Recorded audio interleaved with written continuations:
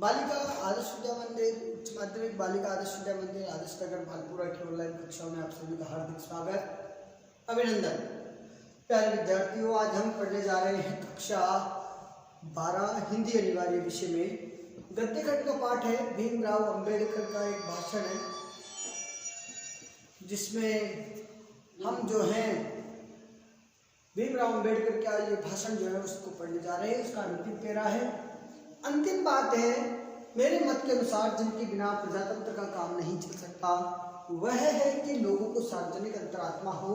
इसमें कोई संदेह नहीं, इसमें कोई डाउट नहीं है कि कुछ ना कुछ अन्याय हर देश में होता है, लेकिन अन्याय की मात्रा समान नहीं है। कुछ देशों में अन्याय का प्रभाव बहुत अधिक है। कुछ ऐसे भी देश हैं जो अन्याय की बोझ में एकदम पिसे जा रहे हैं। बिना किसी कठिनाई के हम इंग्लैंड के यहूदियों की बात ले सकते हैं। आप किसी चीज़ की और की बात नहीं लेंगे, हम इंग्लैंड में जो यहूदी थे उन यहूदियों की बात लेते हैं कि यहूदियों की बात ले सकते हैं कि इन लोगों को कुछ ऐसे अन्यायों को सहन करना पड़ा जिन्हें ईसाइयों को कभी सहन नहीं करना पड़ा। देखिएगा कि आपने एक डायरी सुनी होगी जिसमें जो यहूदी थे उन यहूदियों के हुए अत्याचारों को एक डायरी में एक बालिका ने लिखा था। पूर्व में हिंदी में वो पाठ था। तो कहीं ना कहीं ईसाई और यहूदी, तो ईसाइयों को कभी उस विषय में या उस अन्याय को सहन करना नहीं पड़ा। इसका परिणाम यही हुआ कि इस अन्याय के विरुद्ध केवल यहूदी लोगों को ही संघर्ष करना पड़ा। इंग्लैंड के ईसाइयों ने कभी मदद नहीं की। वास्तव में वे तो इसे पसंद करते थे। वास्तविकता में बात तो यह है कि वह इस अन्याय को पसंद करते थे और इंग्लैंड के एक ही आदमी ने यहूदियों की सहायता की और वह आदमी इंग्लैंड का बादशाह था। यह बात असाधारण लगेगी, लेकिन इसका कारण भी असाधारण था। तो इंग्लैंड के एक ही आदमी ने यहूदियों की सहायता की, वो था इंग्लैंड का बादशाह। ये बात असाधारण लगेगी, लेकिन इसका कारण भी असाधारण था। वह था कि पुरानी ईसाई कानून के अनुसार कोई यहूदी बच्चा जो है वो अपने मृत पिता की जायदाद का उत्तराधिकारी नहीं हो सकता था। कोई भी यहूदी बच्चा जो है वो अपने मृत पिता की जायदाद का अधिकारी नहीं होता था। क्यों नहीं होता था? क्योंकि वो सीधा जो था वो संपत्ति का अधिकारी इंग्लैंड का बादशाह हुआ करता था। किसी और कारण से नहीं, केवल इसी कारण से कि वह यहूदी था, ईसाई नहीं। जो भी बच्चे कुछ संपत्ति हो राज्य की ओर से, उसका हकदार राजा होने के कारण वह संपत्ति राजा के अधिकार में चली जाती थी। राजा को यह सब अच्छा लगता था, वह प्रसन्न था। और जब किसी मृत यहूदी की संतान अपनी प्रार्थना लिए पत्र लिए राजा के पास पहुंचती थी तो राजा उनके मृत पिता की जायदाद में से थोड़ा कुछ उनको दे देता था और शेष अपने लिए रख लिया करता था। जैसा कि मैंने कहा है कि कभी किसी अंग्रेज ने यहूदियों की मदद नहीं की। यहूदियों को अपनी मुक्ति के लिए स्वयं संघर्ष करना पड़ा, अपनी आजादी के लिए स्वयं संघर्ष करना पड़ा। आगे बात आते हैं कि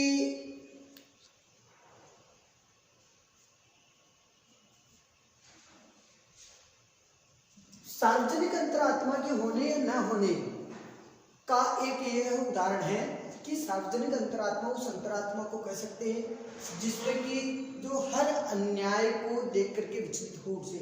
सार्वजनिक अंतरात्मा का मतलब होता है सभी के लिए विचलित होने का प्रयास। वह इस बात की परवाह नहीं करती है कि उसका अन्याय शिकार किसे होना पड़ रहा है। इसका मतलब हुआ कि चाहे उसे व्यक्तिगत रूप से उस अन्याय से कष्ट होता हो या न होता हो, कोई उस अन्याय का भाजन हो, उसे उस अन्याय से मुक्ति दिलाने के लिए उसके कंधे से कंधा मिलाकर खड़ी हो जाती है। आप अफ्रीका का उदाहरण ले लीजिए। अफ्रीका का उदाहरण लेते हैं तो एकदम ताजा उदाहरण है। वहां जो लोग कष्ट पा रहे हैं वे भारतीय हैं क्या? नहीं है। यदि आप देखते हैं तो श्वेत चमड़ी वालों को कुछ असुविधा नहीं है, लेकिन तो भी रेवरेंड स्कॉट जो श्वेत चमड़ी वाला है इस अन्याय के विरुद्ध अपनी पूरी ताकत खर्च कर रहा है। वहां श्वेत और अश्वेत दोनों के मध्य में संघर्ष है, काले और गोरे के बीच में संघर्ष है। और देखिएगा पिछले दिनों मैंने पढ़ा कि बहुत से लड़के लड़कियों ने जो स्वयं श्वेत जाति के हैं, दक्षिणी अफ्रीका में भारतीयों के संघर्ष में भाग लिया। यही तो सार्वजनिक अंतरात्मा है, सबके अन्याय के लिए लड़ना। सार्वजनिक अंतरात्मा का मतलब सबके अन्याय के लिए लड़ना। मैं कोई ऐसी बात नहीं कहना चाहता आपको व्यर्थ चोट पहुंचे, लेकिन कभी कभी मैं सोचता हूँ कि हम कितने भुलक्कड़ हैं, कितने हमारी याददाश्त कितनी कमजोर है, या हम कैसे हैं जो भूल जाते हैं कि दक्षिणी अफ्रीका की हम चर्चा करते हैं। मैं अपने मन में सोचता रहा हूँ कि हम जो दक्षिण अफ्रीका की पृथक्करण की नीति यानी अलग हो जाने की नीति का विरोध करते हैं या इतना बायबेला मचाते हैं उसको लेकर के, तो जानते हैं कि हमारे हर गांव में दक्षिणी अफ्रीका है। क्यों है? क्योंकि वहां तो केवल रंग भेद है, हमारे भारत में तो जातीय आधार पर विभेद है, आपसी द्वेषताएं हैं। तो कहीं ना कहीं ये दोष भी सबसे बड़ा होता है, वह वहां है, हमें केवल जाकर उसे देखने की जरूरत है। हर गांव में दक्षिणी अफ्रीका है, लेकिन तभी मैंने शायद ही किसी को देखा हो जो स्वयं दलित वर्ग का ना हो, लेकिन तब भी दलित वर्ग का पक्ष लेकर के खड़ा हो। क्यों?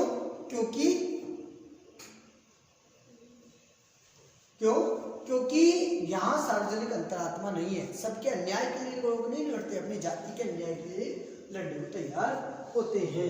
यदि यही होता रहा तो हम अपने में और अपने भारत में ही कैदी बने रहेंगे।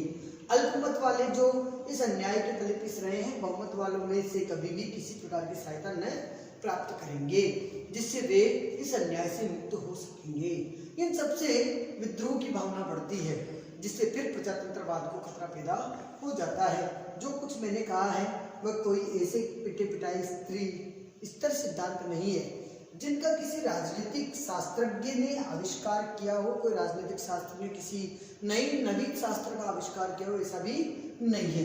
भिन्न भिन्न देशों के राजनीतिक इतिहासों का अध्ययन करने के बाद हमारे को ये जानना पड़ा या हमारे को ये जानकारी मिली, या लेखक कहता है कि मेरे अपने मन में जो संस्कार पड़े वह सब इसका केवल चित्र मात्र है।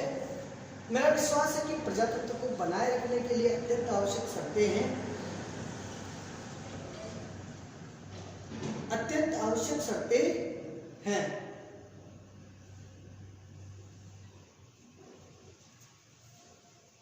ये हमारा पाठ जो है आज पूरा हुआ।